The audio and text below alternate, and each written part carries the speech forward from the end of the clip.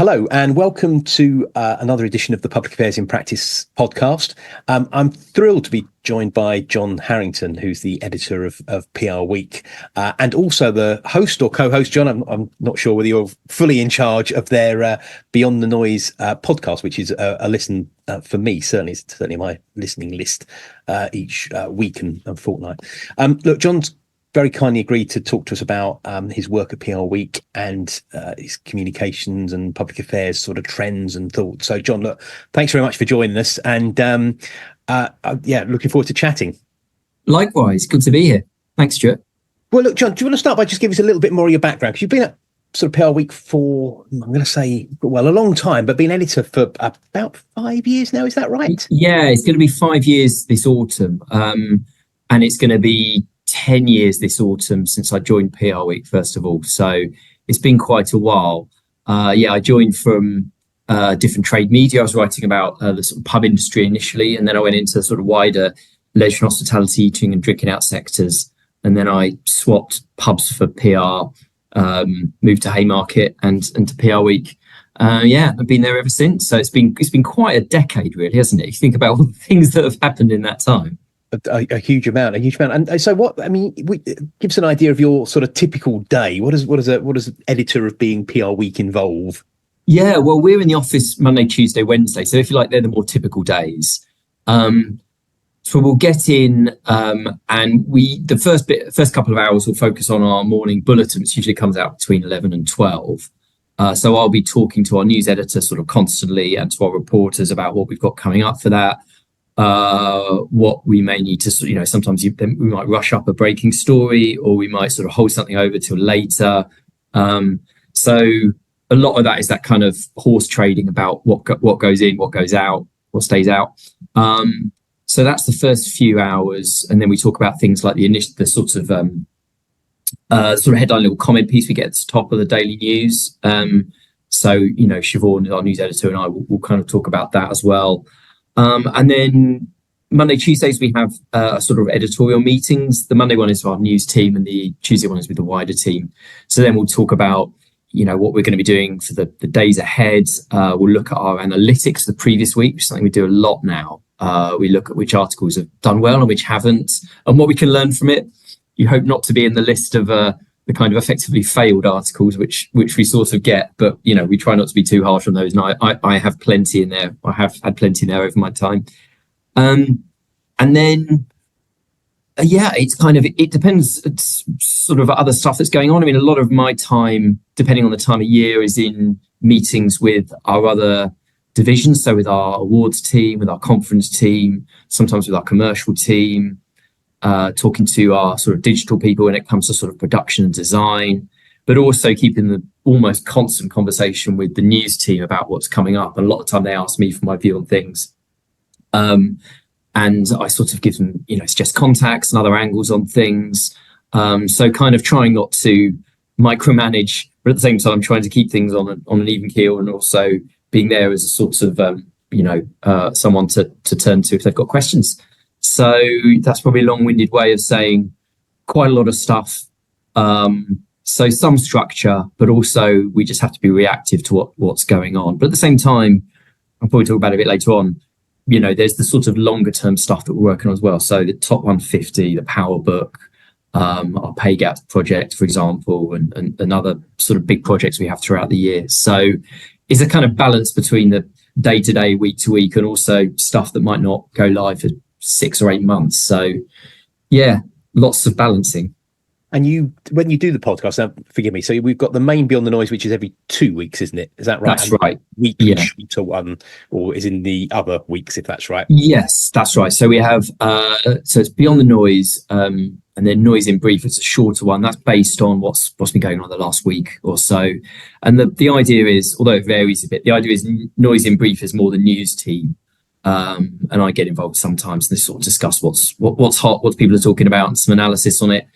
And then Beyond the Noise is more thematic.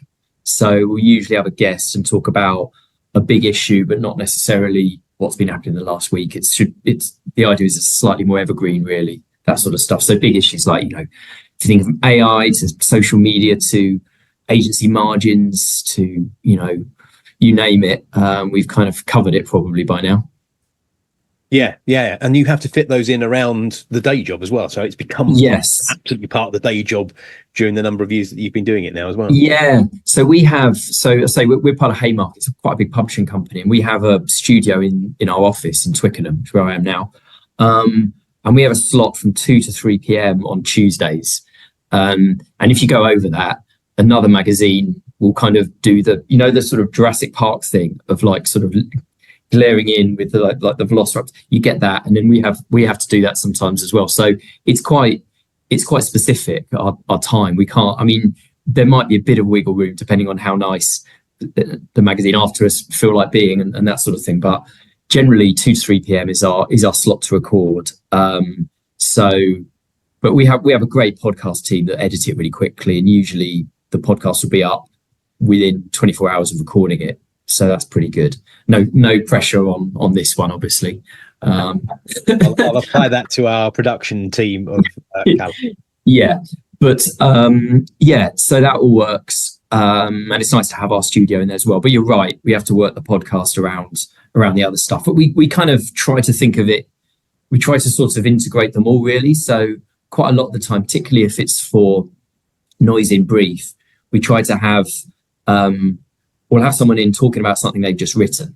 So usually we'll talk about these 3 topics, and it might be, say, Evie, our reporter, who's written about, let's say, influencer marketing. So Evie, you've written a feature on influencer marketing. What can you tell us about that? And then that will sort of spark a conversation around that topic. So we try to keep it a sort of minimal preparation, really, because it should be stuff that we're kind of just in the middle of doing anyway. So that's the theory. Sometimes it even works like that, and sometimes it doesn't. And I'm guessing it does. You find it does work as a sort of a gateway through to the magazine, because obviously the podcast is free to consume, whereas PR Week itself, there is it's a subscription publication, so people have to sign up at various rates. Does it work in that sense as well? Yeah, I mean, it's an interesting balance that we have, that we can't give everything away, but it's also a good sort of gateway and encourage people to be interesting. So quite a lot of the time we'll give a taste of something we've been doing, and then obviously people could find out more on the site.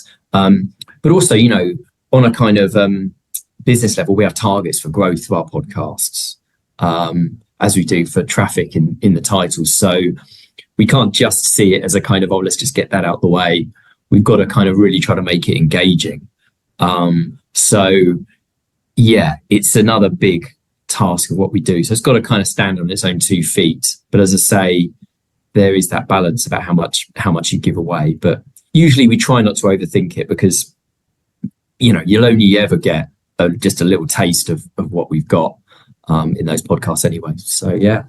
Yeah, I was going to ask about what you think about your main challenges as an editor. I mean, particularly as the pace, this is it's a total cliche fact, but as the pace of the media seems to constantly increase. I'm sure everybody, whether they were doing that in the 40s or the 50s or the 90s, will have said that anyway. But yeah, thinks it's always quicker now. But I'm guessing the podcast alongside the production is part of that, or part of the challenges you see them. But any other things that you'd focus on as well? Yeah, I mean, quite a lot of the thing, and this is probably always been the case, but is getting the story behind the story, if you know what I mean. What are organizations not telling us? What's the kind of what's the sort of real news point here? And quite a lot of the time, and trade magazines is an interesting thing, really. We see ourselves as the kind of critical friend.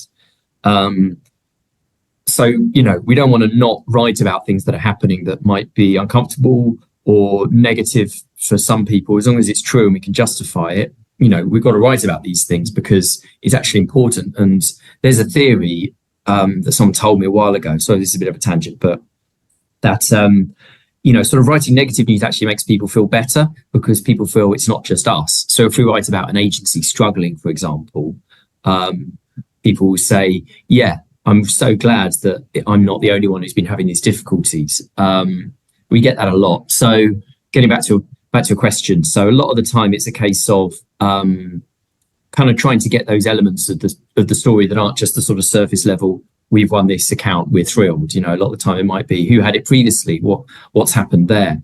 Or I often say we'll do a lot of stories about appointments of the different agencies and in-house. But then if we hear about departures, I kind of feel that people can't expect us to report their appointment stories if they think we're going to ignore the departure stories, if you see what I mean. So it's about kind of creating a sort of rounded view of what's happening in the sector, and not just the kind of the good stuff. So that's a challenge. And I think particularly with PR Week, just the sheer number of sort of industries and issues that we cover can be a challenge. I was thinking about this. We do everything from sort of consumer PR stunts to corporate crises, sort of lobbying issues.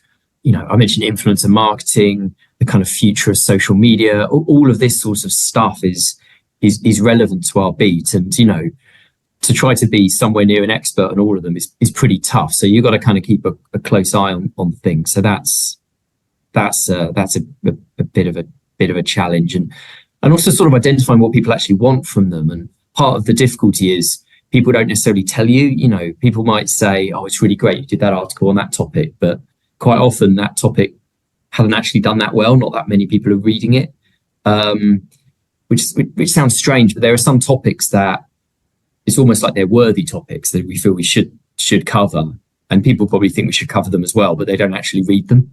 So that can be a kind of a bit of a challenge. But say our kind of analytics are so detailed now that we can kind of identify those things and react accordingly, I'd say. And I'd say they're some of the kind of biggest ones. But as I say, on a personal basis, a lot of the time it is just sort of balancing the day-to-day stuff with the kind of longer term big projects like the top 150 consultancies and the Power Book and so on, because you can't let those go. But at the same time, if there's a big breaking news story, you're going to need to react. So that can be a challenge. That doesn't really change. And you're right. I mean, the Power Book and the top 150, etc., have become part of the mainstays of the sector as a whole, haven't they, over a number of years? And I'm sort of old enough to remember. I'm not sure I was quite there at the start, but anyway, with the Power Book, sort of started off quite small and has become bigger with the event and everything else around it. Tell me about it. Yeah, well, I can only imagine the amount of people that email you telling me, saying, "Why aren't I in it?" or whatever as well. But that must be a whole bit of the PR industry in and of itself, I guess. Yes, we do get that a lot. I wrote an article last year just titled "So How Do I Get in the Power Book?" and then I republished it this year, just with a few updates. But I hope people know that I did mean that as quite as sarcastic as it maybe sounded, but genuinely people say they found it useful. But I mean, one of the main things is there's kind of no nominations process. There's no sort of application process. And I think what we don't really like is when people kind of lobby us just before, or worse, just after it's gone live, because then it's kind of, it's about sort of, people kind of showing their influence in the industry throughout the year. It means entering our awards, entering the top 150, kind of, or just having an obviously kind of big role in the sector. And I recommend anyone reading that article if they're interested in this issue. But it's one of those, as I say, it definitely falls under big challenge. It's the same. Look, frankly, if anybody is, their profile is under the radar or whatever you want to say, you then can't expect to suddenly be, publicized in the Power Book or whatever, or other publications at some other point, can you? I mean, it's well, you'd think that you've got to do the whole thing. You got to have a profile, you got to push yourself forward, your organization, etc. You'd think so, but sometimes it does happen. I mean, I've had it a few times. It's like, don't you know how important we are? It's like, well, you're not in the Power Book. I don't think you've entered any of our awards. You've hardly sent us any stories about account wins or people moves. So no, we don't really know. And it's difficult because I know that there are some, particularly agencies, actually things like public affairs and corporate. I appreciate a lot of stuff they do, they're not really able to talk about, whereas consumer is more kind of in your face, if you like. So I understand there are difficulties, but it's a challenge for all involved, but it certainly gets a lot of attention. So if you were to sort of pick out some favourite pieces that you've worked on, John, or under your editorship that you particularly proud of, what would they be? And I suppose what went into making those pieces sort of successful? What sort of you have to give it a bit of a kick in, or do you have to, expose it to a bit more of that, reflection in terms of SEO and other measurements afterwards? Yeah, well, I think the top one, I mean, it sounds like an obvious thing, but I actually think the top 150 and the growth of that, I'm sort of feel particularly proud of, me and the team. Obviously, there's a lot of people go into it, because when I first started, it's always been a kind of great piece of work. And when I started, it was mostly the table, a bit of analysis, and then the sort of sector tables, and all that stuff stays, and that's the kind of bread and butter of it. But over the years, we kind of expanded it, so we get real in-depth data on things like priority investment areas, office opening plans, kind of margins, diversity stats, kind of project versus retainer. So all of this kind of stuff, we've kind of expanded it into a massive, it's just behemoth, really. And I think, we get a lot of traffic from that, as you'd imagine, and we get a lot of good feedback. And it's also an important part of our subscription strategy, because all of that stuff's subscriber only. And more recently, so about a year ago, we added the top 150 trading tracker, where we basically spam all the agencies in our database once a month, asking them to fill out a very quick form. And it takes a few minutes, just talking about trading in the past month. And then we get a lot of comments. People give their comments, and I include them all in a sort of comments sort of summary piece. And those articles do really well, and a lot of people pick up on them and say it's really good to hear, what other people are saying about how the industry's, what's happening out there. And a lot of the time, if people ask me, so what are people thinking about the industry? What's the sort of temperature? A lot of the time, I could just point to that and say, well, actually, people are slightly more confident this month than they were last. We've seen a lot of people talk about ghosting, or more pitching, or the facts, there's more consumer work out there, or the public affairs stuff is on hold, or whatever it might. I'm not saying all these things are happening at the moment, by the way, but just some examples of the kind of things that people might say. So, I think the way that sort of expansion, because I kind of think, it's great to break stories and stuff, and we sort of still, we always do that. I do a bit less of it now because we got a news team, but I think the kind of really in-depth stuff that I think is a kind of really reason to subscribe is really important. But at the same time, I think about some of the things more recently. I do think it's those kind of look at the story behind the story type articles. And I did a piece a couple of months ago on why so many agency bosses departing, because we had like a really big spell of a lot of news along those lines, and that was really that did really well. And I feel there's a danger in trade titles of just going with the churn of kind of company X as one, account Y, or agency X has appointed Y as their new head of and all that stuff is fine, and we'll keep doing it. But we also think it's important to add a lot more than that, add sort of kind of more value, and go in a bit more in depth. So yeah, I think overall, in terms of the big projects, top 150 particularly, and then some of the others. And actually, I'll give a shout to our pay gaps project that we do with people like us as well, where agencies give their pay gaps, ethnicity pay gap and gender pay gap. So I think that's a real kind of important project to be part of, and really, really proud to be part of that. And that's we're just going to launch quite soon, the 4th edition of that. So yeah, I think all that stuff's really important as well, to kind of show that you're kind of part of what I hope is a sort of positive, progressive kind of movements in the industry, really. So yeah.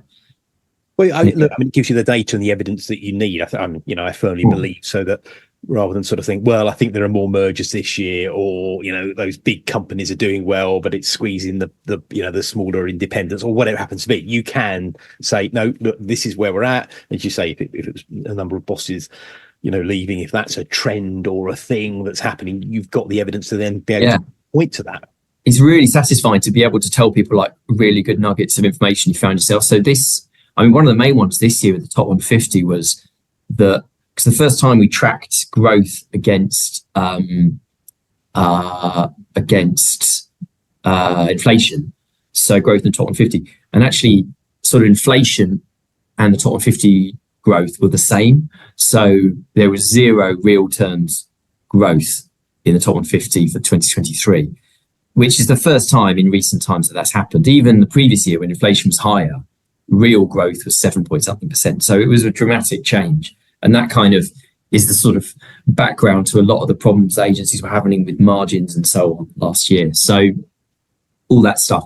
And then we pick up stuff like, what was another thing? Yeah, that more PR agencies were run solely by women than by men in the top 150 of the top 150 data we have. I mean, it's not a massive difference. And there was the kind of other category, which is those run jointly by, men and women or whatever. And there's obviously quite a lot of agencies like that. But it was kind of an interesting stats that I think kind of you wouldn't get elsewhere. And I enjoy sort of breaking that kind of information. Well, especially when you think about sort of FTSE companies and the lack of diversity on board, particularly at a chief exec type level.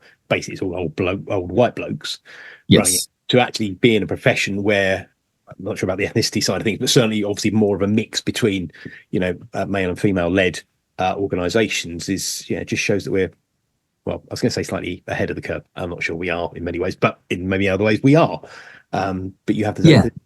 So what would be really interesting though is to sort of if you could get the agencies to tell you what their growth targets are in any one year, and actually then see if any of them meet those growth targets. That would be quite interesting as well. But that's probably a bit pie in the sky, I think, because probably together, and it would probably be some sort of mega amount, I would imagine. But I expect so. I mean, it's always interesting to look at figures like the revenue per head in the top 150.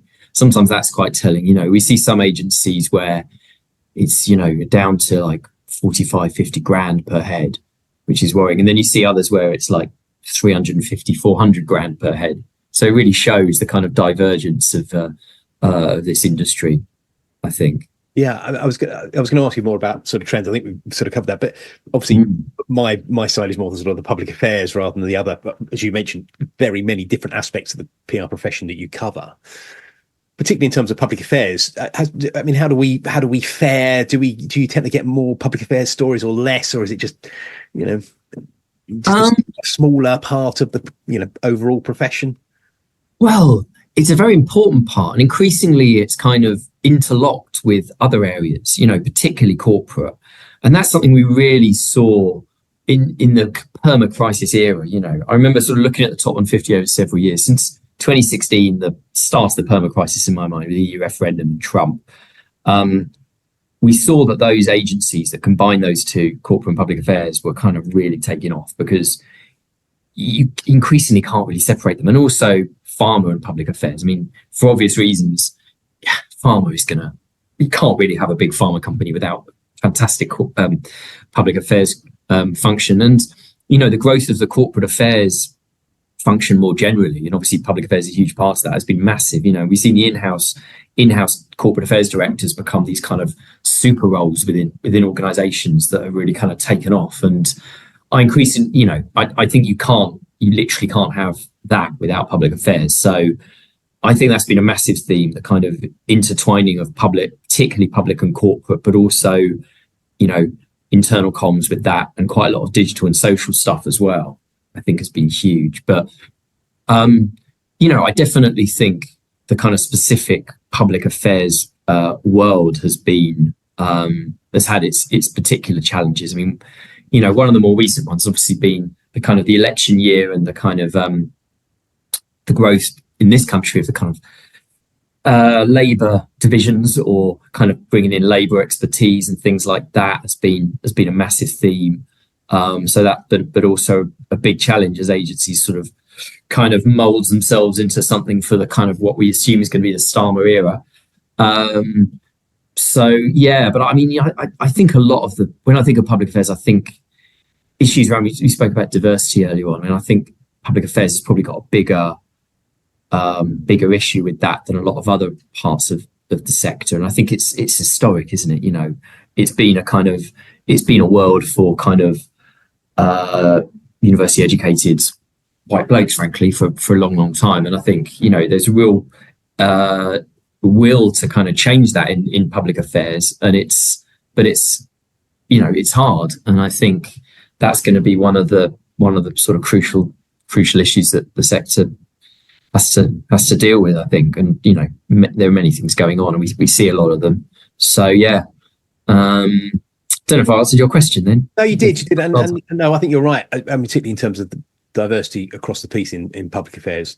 not just PR more broadly, but public affairs. And I mean, I'm fortunate to do some mentoring with I Have a Voice, who are trying to address some of these issues, and to try and get, not just focused on sort of university educated, but trying to talk to kids from across the country, a diverse range of backgrounds, to try and sort of show that it is a profession, if we can call ourselves that you can get into, and it is something to think about whilst you're going on to study, or through apprenticeships, which PRCA obviously do a lot of apprenticeships, as well.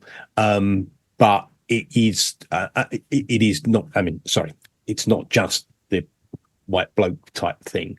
It's also very Oxbridge as well. And I can't remember if it was your study, or certainly might have been PRCA did one.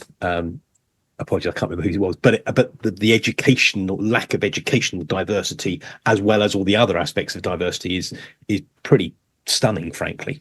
Yeah. I mean, actually, my colleague Siobhan published an article today when we're recording this on the sort of middle class nature of comms. I mean, it wasn't specifically about public affairs, but I think public affairs is almost like a more extreme version of this. And people were talking about, the kind of whiff of the home counties surrounding everything. And, as a white middle class guy from the home counties, clearly I'm part of this too. Same Kent originally. There we go. Sorry. So, it's there, but I do think there's a will from a lot of people, maybe not enough, who knows, to change this, but it is a challenge. And I think, generally, if we want to communicate to diverse audiences, and I mean diversity in all its senses, then it's something the industry's got to crack. And also there's the kind of, the London centric nature of it. And I know the public affairs is maybe different because so many more agencies are going to want to be near Westminster, but not all of them. Obviously, there are other sort of big centres of political power across the country. But, that sense of being so London centric doesn't help, even when it comes to things like paying rent in London, paying London wages, the rents for the staff in London are crazy, and then that's going to be reflected in the kind of wages they need to pay. Whereas if there was more of a balance and have people from other parts of the country, it would help in terms of that bottom line element, but also of the kind of clients you can get. I mean, we know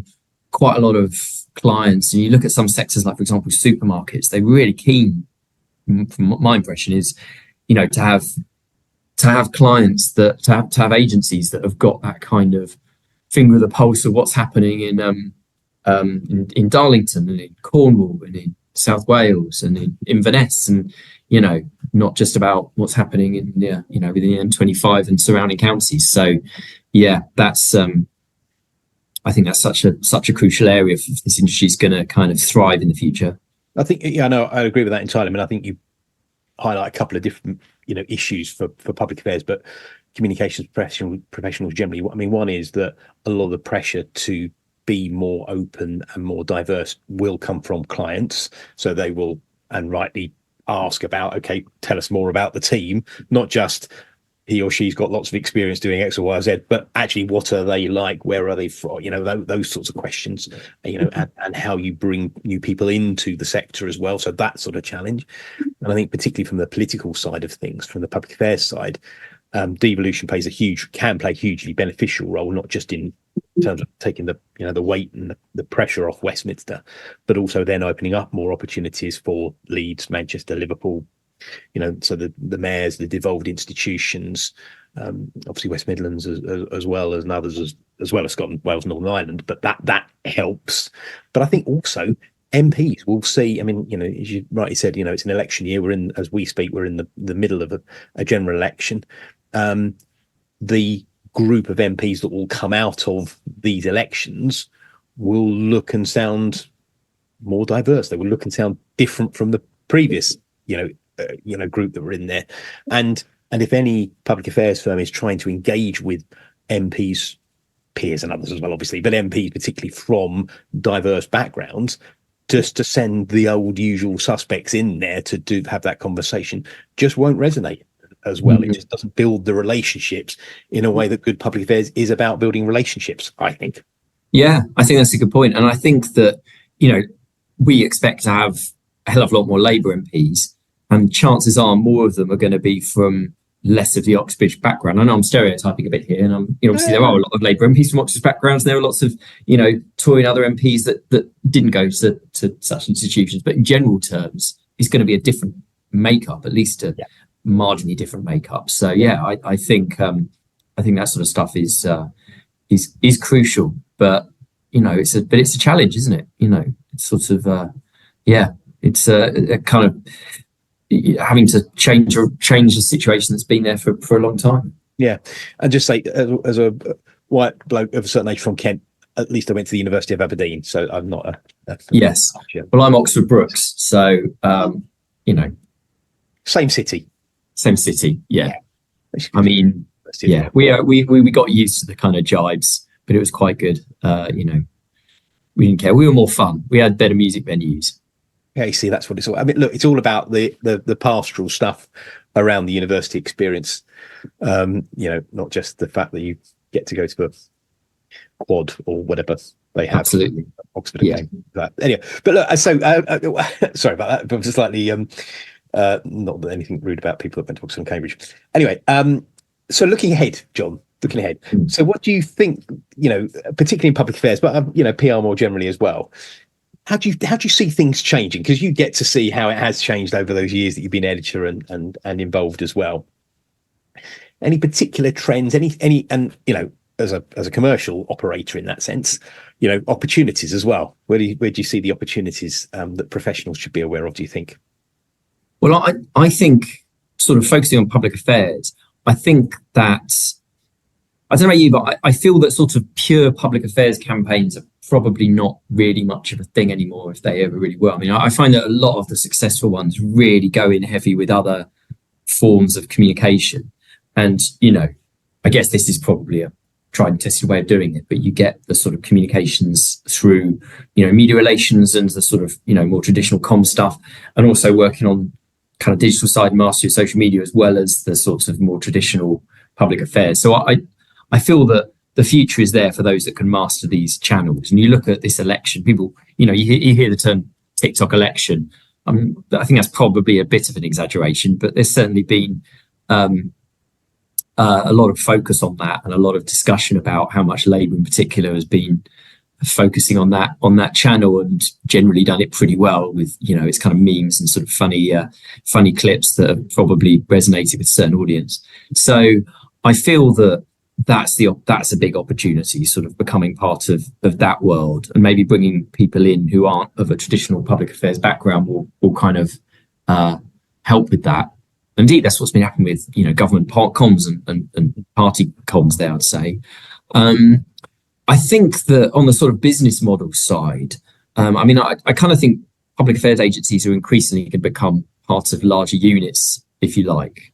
I think the independent public affairs shop model will always be there. You're particularly going to get interesting sort of startup companies, and we've seen a few. But I kind of think that the scale element is increasingly important, particularly if you want to kind of work on campaigns that work across different borders. We've seen sort of the acquisitions of public affairs agencies in the last sort of year or so. We had Pagefield the other day, didn't we? Acquired by PPHC, and it really feels like that's a kind of trend that's going to continue. And I think it partly links to what I was saying earlier about the fact that if you're going to do public affairs well, it probably helps to have really good kind of corporate, sort of digital, maybe like internal comms, maybe sort of consumer as well in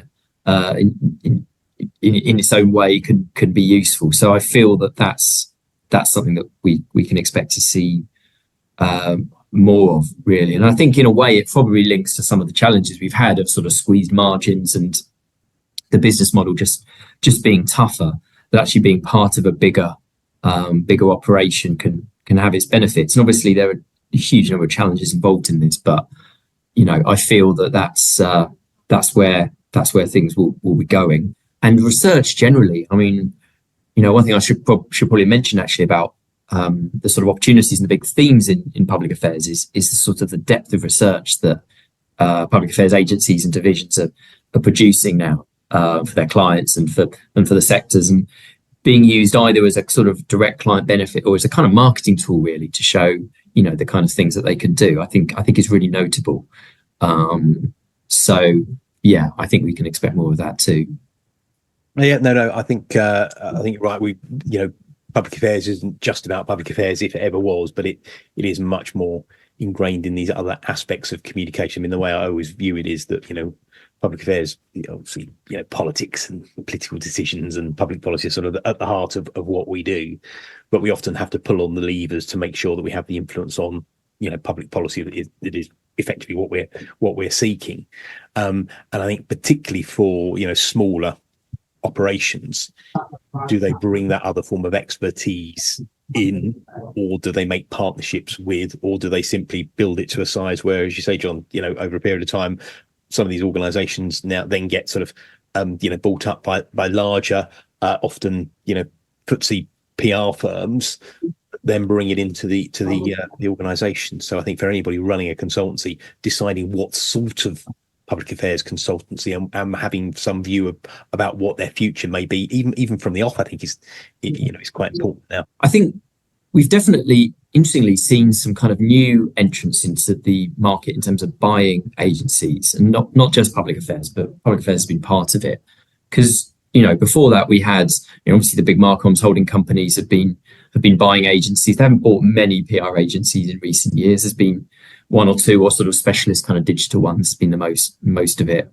I guess one of the big exceptions to that might be Cicero going to Havas and Public Affairs World. But it feels like we've had a time of private equity investing quite a lot in the last few years. But actually, I think we're getting some new entrants to the sector. When you look at Lansons and Brands to Life, have both been acquired by agencies based in the continent, and we've also had Pagefield bought by the US-based group PPHC. So it feels like there are kind of new entrants here buying public affairs capabilities, buying these agencies. So it's interesting to see where that's going to go as well. So I don't think I think that's sort of shaken things up a little bit. And I wonder if, maybe we'll see some more of those, and there'll be some surprises. Hey, look, I'm all for surprises in public affairs. Whether we'll get one with the general election outcome in a couple of weeks' time, I sort of doubt. I think we know which way that appears to be going. But in terms of the sector as a whole, yeah, anything to keep it interesting. Yeah, definitely. John, look, thank you for your time today. It's been hugely appreciated. We covered a load of ground there, as well as you do in your own podcast as well. But yeah, thanks for joining us. Hugely appreciated. Thanks, Stuart. Good to talk.